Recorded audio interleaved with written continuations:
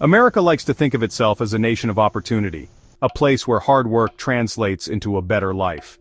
But this narrative crumbles when we consider the plight of injured workers. These are the Americans who, often in physically demanding and hazardous jobs, suffer injuries that are a direct consequence of their labor.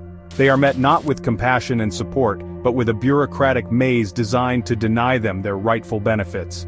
While the fight for universal healthcare rages on, injured workers face a crisis that goes beyond the need for medical coverage. It's a crisis of economic security, of basic dignity, and of a system that too often turns its back on those who need it most. I injured my back lifting heavy boxes, a routine part of my job.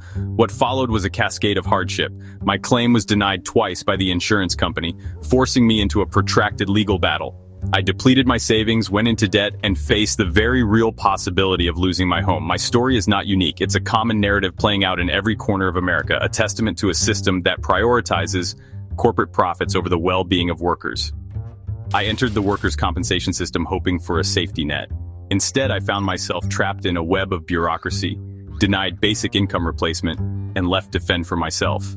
My story underscores the urgent need for a system that prioritizes the needs of injured workers, not the bottom line of insurance companies. What's even more disheartening is the deafening silence from those who claim to champion the working class. Where are the Rhodes of the world, the Thom Hartmans, the voices that are supposed to be amplified in the fight for social justice? Why are the struggles of injured workers relegated to the shadows, their stories untold, their voices unheard? Progressive media outlets are quick to condemn corporate greed and champion healthcare reform, but they often fail to address this critical issue that directly impacts millions of working Americans. This silence is not just an oversight, it's a disservice to the very principles of social and economic justice. When those who claim to speak for the vulnerable fail to address the plight of injured workers, they become complicit in perpetuating a system that is inherently unfair. Some argue that universal healthcare is the solution to the woes of injured workers. While access to affordable healthcare is undeniably crucial, it's simply not enough. In countries with robust social safety nets like Germany, injured workers benefit from comprehensive programs that go far beyond medical treatment. These programs provide wage replacement, rehabilitation services, and reintegration into the workforce. Universal healthcare addresses one piece of the puzzle, but it's the missing pieces: income security, rehabilitation, and reintegration that truly empower injured workers to regain their footing and rebuild their lives. Section 5. A patchwork of injustice, the failures of state-run systems. The current system, a patchwork of state-run workers' compensation programs, is, well, a testament to its own inadequacy. Each state boasts its own set of rules, its own bureaucratic hurdles, and its own level of generosity or lack thereof.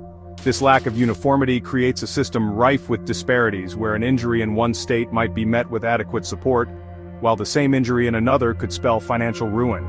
This patchwork system not only fails to provide a consistent safety net for injured workers, but it also creates a perverse incentive for corporations to relocate to states with the most lax regulations, further undermining the well-being of American workers. Section 6. Ignored and disenfranchised. The political cost of neglecting injured workers. The political ramifications of ignoring injured workers are significant. These are, by and large, hard-working Americans who often hold blue-collar jobs in industries that are vital to the nation's economy. When they feel abandoned by the very system that is supposed to protect them, it breeds resentment and distrust. It pushes them away from participating in the political process and makes them susceptible to the rhetoric of those who exploit their frustrations for political gain. Ignoring the plight of injured workers is not just a moral failing. It's a political miscalculation that further divides the nation and undermines the very fabric of our democracy. Section 7. A national crisis demands a national solution. The need for federal standards. The only viable solution to this crisis is the establishment of federal standards for workers' compensation. These standards must guarantee a minimum level of income replacement, ensure access to quality rehabilitation services, and hold employers and insurance companies accountable for their actions.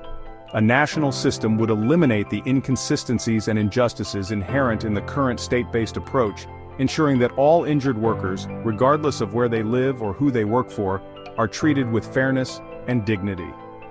Federal standards are not about creating a handout. They are about establishing a level playing field that protects workers and holds employers accountable. Section 8. A call to action. Progressive media must amplify the voices of injured workers. Progressive media outlets have a moral obligation to shine a light on this issue. They must move beyond the rhetoric of universal healthcare and delve into the systemic failures that plague injured workers. They must highlight the stories of those like Darren, giving voice to the voiceless and holding those in power accountable for their inaction. Amplifying the voices of injured workers is not just about giving them a platform, it's about sparking a national conversation, challenging the status quo, and demanding better for those who have been failed by the system. Section 9. Justice, not just healthcare. Ensuring dignity and security for America's workforce. The fight for injured workers' rights is about more than just healthcare. It's about justice. It's about recognizing the inherent dignity of all work, and ensuring that those who are injured on the job are treated with fairness and compassion. It's about creating a system that values the well-being of its workforce, and understands that a nation cannot truly prosper when its workers are left to fend for themselves.